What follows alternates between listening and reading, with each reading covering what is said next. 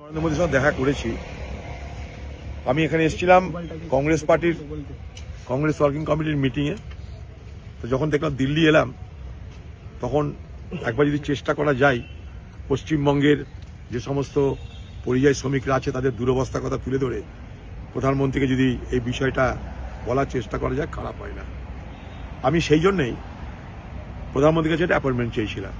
ঘটনাচক্রের অ্যাপয়েন্টমেন্টটা পেয়ে গেছিলাম এবং পেয়ে যাওয়ার সঙ্গে সঙ্গে দেখা করে তাকে বোঝালাম যে পশ্চিমবঙ্গ থেকে লক্ষ লক্ষ পরিযায়ী শ্রমিক তারা বাইরের রাজ্যে থাকে, তাদের উপরে অত্যাচার হচ্ছে, অন্যায় অত্যাচার হচ্ছে এবং সবথেকে বড় কথা, এগুলো বিজেপি শাসিত রাজ্যে হচ্ছে। এটা আপনাদের দেখা দরকার। এরকম লক্ষ লক্ষ পরিযায়ী শ্রমিক আছে বাংলায়। এটা গেল এক। 2 নম্বর হচ্ছে, আমি এটাও বলেছি যে মতুয়া সম্প্রদায়ের মানুষের ভোটাধিকারের কথা, এবং আমি এটাও আপনাদেরকে বলছি যে উড়িষ্যায় যে ঘটনা ঘটেছে, আমার জেলার একটা ছেলেকে জুয়েল তাকে পিটিয়ে মেরে দেওয়া হয়েছে উড়িষ্যাতে। আমি আপনারা জানেন কিছুদিন আগে আমি পানিপথেও গেছিলাম এই পরিযায়ী শ্রমিকদের জন্য, এবং আমি আগেও আগামী দিনে উড়িষ্যাতেও যাব এই পরিযায়ী শ্রমিকদের জন্য।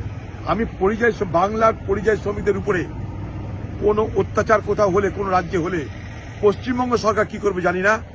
আমি হেরেছি এটাও আমি জানি। আমি হারিবা যদি পরোয়া না করে সেই সব রাজ্যে গিয়ে গিয়ে সেখানকার পরিযায়ী শ্রমিকদের উপরে যাতে কোনো জুলুম অত্যাচার কোনো রকমের অন্যায় না হয়, তার জন্য আমি আপ্রাণ লড়ব এবং চেষ্টা করব। এই চেষ্টা করে পানিপথে থামিয়েছি, এইভাবেই আগামী দিন উড়িষ্যাতেও থামাবো। কথা দিয়ে গেলাম, আমি উড়িষ্যাতেও যাব খুব তাড়াতাড়ি। সেই সমস্ত শ্রমিকদের কাছে গিয়ে দরকার হলে উড়িষ্যায় বিধান ভবন পর্যন্ত আমি যাব আন্দোলন করতে তাদেরকে নিয়ে।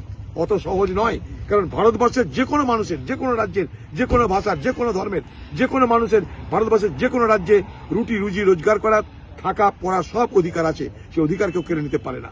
সে অধিকার যদি কেড়ে নেওয়ার চেষ্টা করে, পশ্চিমবঙ্গ সরকার কি করবে জানি না।